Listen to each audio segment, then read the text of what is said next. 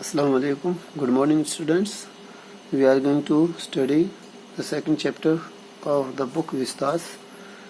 तो हमने कल छोड़ा था यहाँ पर कि जो वो बच्चा है वो भविष्यवाणी करता है और उसकी जो पैदाइश होती है वो जो बुल होता है उसके समय में, यानी तो जो राइटर है वो कहता है कि जो बुल और जो टाइगर हैं दोनों एनिमीज हैं और उसकी जो मौत का जो कारण बनेगा वो एक चीता होगा। तो आगे हम पढ़ते हैं इससे रेस्ट पार्ट। तो यू मे थिंक यानी जैसा कि तुम सोचते हो, यानी तुम सोच सकते हो दैट की क्राउन प्रिंस यानी जो शाही राजकुमार है जंग जंग बहादुर, यानी उसका नाम जंग जंग बहादुर है, was thrown into A quake when he here the words, यानी उसने उसको अचंभे में डाल दिया। यानी जब उन्होंने उसकी बात को सुना तो उसको अचंभे में डाल दिया कि ही हेयर्ड द वर्ड टाइगर, यानी जब उसने शब्द सुना चीता तो सब, यानी चीता जब शब्द सुना तो वो एकदम सब अचंभे में पड़ गए। That was exactly what did he happen, what did not happen. तो दैट वाज एग्जैक्टली यानी ये एकदम निश्चित था कि what did not happen यानी क्या नहीं होने वाला है। as soon as he heard it pronounced, और as soon as जैसा कि उसने उसको सुना, जैसे उसने कहा तो उसकी कानों में जो आवाज पड़ी और उसका जब उच्चारण हुआ तो उसको सुन लिया। The crown Prince gave a deep growl, यानी जब वो छोटा बच्चा था लगभग 10 दिन का तो ग्राउल बोलते हैं जैसे गुर्राना, जैसे बच्चे के आमतौर पर करते हैं कि नेचुरल जो आवाज होती है उसमें। तो जो क्राउन प्रिंस था वो एकदम शांत हो गया थोड़ी छोटी सी आवाज के साथ। Terrifying words emerge from his lips, यानी टेरिफाइंग यानी भयानक शब्द, यानी डराने वाले धमकी भरे जो शब्द थे उसके होठों से निकले। इमर्ज कहते हैं उच्चारण होना, निकलना। लेट टाइगर्स बीवियर यानी टाइगरों से सावधान रहो। This account is only a romeo life of Pratibaddhapuram but with the hindsight we may concluded it, और कि वो जो प्रतिबंधपुरम था यानी the account is only a romeo life in Pratibaddhapuram, यानी जो उनका जो जीवन था वो प्रतिबद्धपुरम में ही ये कहा कि भाई हम इसको यहीं रखेंगे। बट हाइंडसाइट वी में concluded it was based on some truth, यानी वो सोचते थे कि ये शायद कोई भी वैसे ही एक संयोग हो सकता है परंतु उसमें कोई सच की बात उनको नहीं दिखाई पड़ रही थी। वो सोच रहे थे कि कोई सच पर आधारित नहीं है। तो उसके बाद है crown prince Jung Jung Bahadur grew taller and the stronger, यानी जैसे धीरे धीरे समय बीतता गया तो वो बड़ा होता गया और वो मजबूत यानी लंबा होता गया और वो ताकतवर बनता गया डे बाय डे, दिन प्रतिदिन। नो अदर मेरिकल मार्क्ड हिज चाइल्डहुड डेज, यानी उस मेरेकल यानी उस चमत्कार के अलावा जब तक वो बड़ा हो गया था जब तक उसको कोई भी चमत्कार घटित नहीं हुआ। Apart from the events already described, वो पार्ट यानी वो चमत्कार जो पहले ही बताया जा चुका है पहले पैराग्राफ में। The boy drink the milk of an English cow, यानी जो लड़का था जंग जंग बहादुर उसने इंग्लिश गाय यानी अंग्रेजी गाय का दूध पिया। Was brought up by an English Naini, Naini बोलते हैं यानी बच्चे का पालन पोषण करने वाले जैसे दाई या जिसको आया बोलते हैं उसने। और tutor in English by an English man, tuition बोलते हैं जैसे ट्यूटर हमारी ट्यूशन होती है ना, ये उसकी वर्ब है, ट्यूशन हमारी नाउन है। तो उसको पढ़ाया गया, उसको ट्यूशन दी गई बाय एन इंग्लिश मैन, एक अंग्रेजी अध्यापक के द्वारा। सा नथिंग बट इंग्लिश फिल्म्स, यानी उसने कुछ नहीं देखा सिर्फ इंग्लिश फिल्म्स देखी थी। Exactly as the crown prince of all the other Indian states did, यानी ऐसा कि जैसे कि भारत के अलग और दूसरे राज्यों के जो राजकुमार थे उन्होंने ऐसा किया, जैसे उसी तरह से इसने भी ऐसा ही किया।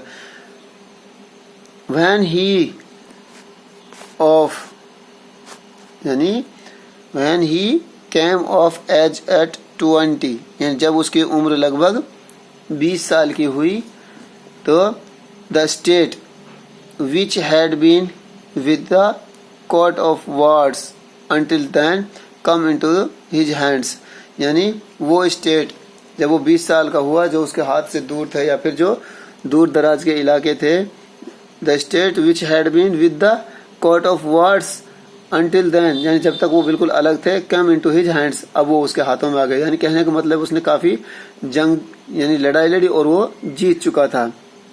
But everyone in the kingdom remembered, परंतु किंगडम बोलते हैं राज्य को, यानी परंतु हर कोई, एवरीवन हर एक आदमी उस राज्य में जानता था, रिमेम्बर्ड सबको याद था, द एस्ट्रोलॉजर्स प्रेडिक्शन, यानी जो भविष्यवाणी कर्ता ने जो भविष्यवाणी की थी उसके बारे में सबको पता था। मैंने continue to discuss the matter, यानी बहुत बार इस मैटर पर या इस बात पर डिस्कशन हुआ। Slowly it came to the maharaja's ear, और धीरे धीरे वो बात महाराजा के कानों तक पहुंच गई। यानी जो एस्ट्रोलॉजर्स थे वो कहते थे कि भाई ये बात किसी को पता नहीं लगनी चाहिए, लेकिन धीरे धीरे वो बात महाराजा तक पहुंच जाती है। There were innumerable forest in the Pratibaddhapuram, यानी इननंबरेबल्स, यानी बहुत ज्यादा असंख्य पेड़ थे, यानी जंगल था बहुत बड़ा। फॉरेस्ट इन द प्रतिबद्धपुरम, यानी प्रतिबद्धपुरम जो राज्य था या जो गांव था उसमें बहुत ज्यादा बड़े जंगल थे। They had tigers in them, और उसमें बहुत ज्यादा टाइगर्स थे, चीता थे। The maharaja knew the old saying you may kill even a cow in self defence, यानी the maharaja knew the old saying, यानी पुरानी बात, यानी एक कही हुई बात या कहावत थी, उसको वो ध्यान में करता है और क्या कहता है, you may kill even a cow in self defence. Self defence बोलते हैं आत्मरक्षा, यानी अगर आपको ऊपर आफत आती है और अगर वो आफत कोई गाय हो तो आप उसको मार सकते हो अपने बचाव के लिए। There could certain be no objection to killing tigers in self defence, तो जो राजा है वो क्या कहता है कि अपने बचाव में मैं टाइगरों को मारता हूं तो उसमें मुझे कोई हैरानी नहीं होती।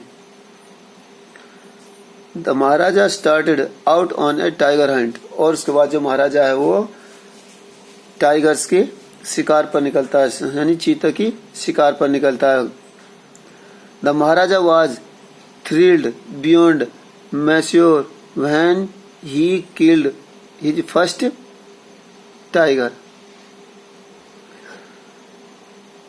यानी the Maharaja was thrilled beyond measure when he killed his first tiger, यानी राजा जो था, थ्रिल कहते हैं यानी उत्तेजना या फिर कोई भी चीज में आनंद लेना, यानी जब महाराजा ने अपना पहला शेर का शिकार किया था टाइगर का, तो वो काफी उत्तेजना में भर गए थे, यानी उसको काफी आनंद मिला।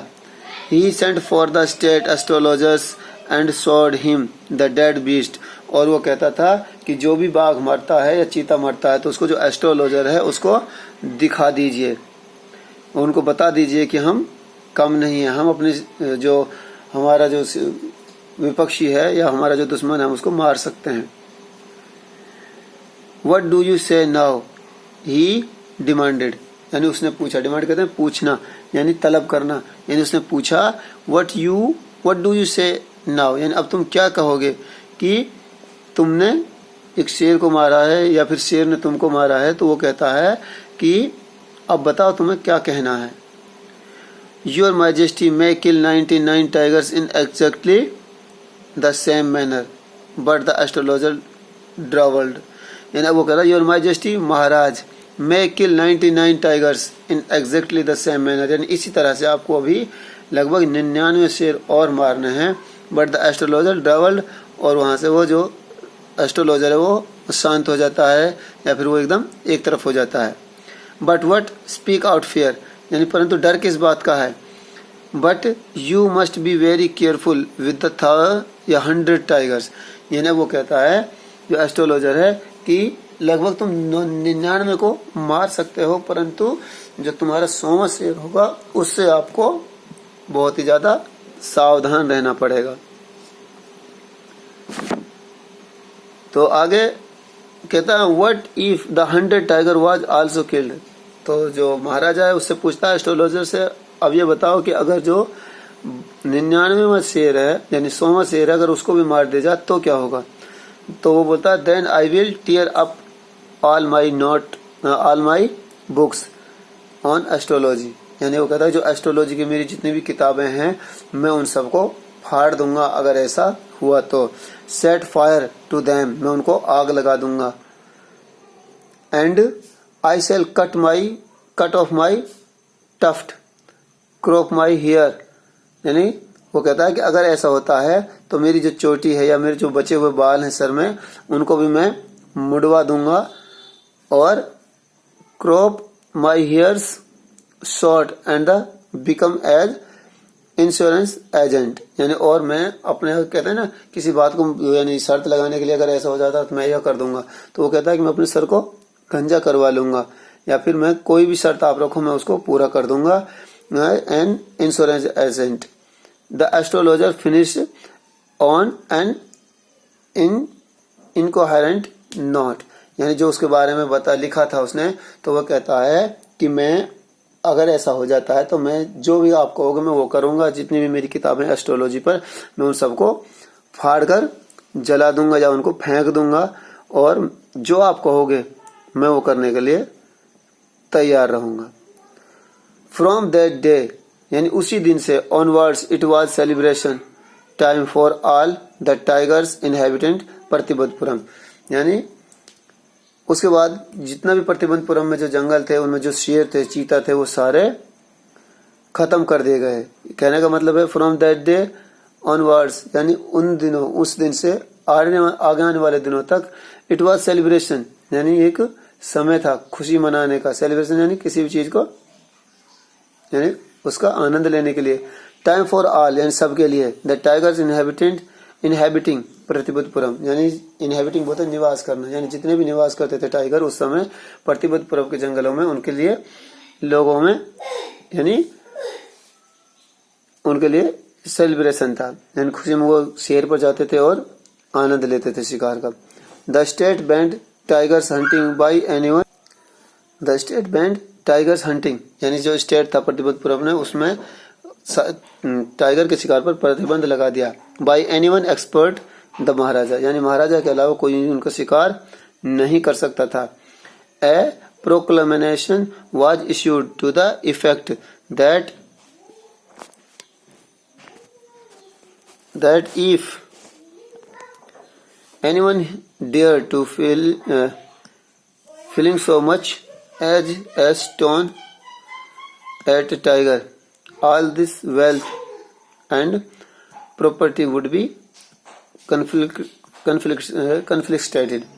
तो यानी वो कहता है प्रोक्लेमेशन यानी घोषणा की गई कि वाज इश्यूड यानी जारी की गई टू द इफेक्ट दैट यानी इस असर को यानी इस बात को फैलाने के लिए कि if anyone dare to feeling so much as a stone at a tiger यदि किसी ने एक चीते की तरफ यानी बाघ की तरफ कोई पत्थर भी फेंका तो all this wealth and property would be conflicted यानी उसको देश से निकाल दिया जाएगा यानी उसको गांव से या प्रतिबद्धपुरम से अलग कर दिया जाएगा यानी उसको सजा दी जाएगी।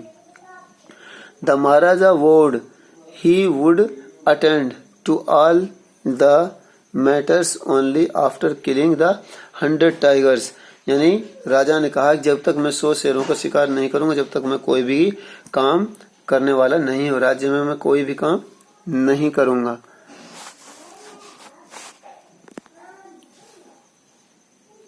तो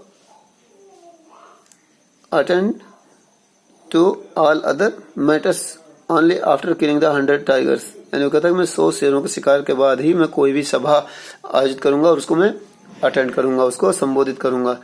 यानी initially the king seemed well set to realise his ambition और जो राजा था उसने अपना जो एम्बिशन था यानी उसका जो उद्देश्य था उसको सेट कर लिया था यानी उसने मान लिया था कि मुझे 100 शेरों का शिकार करना ही है।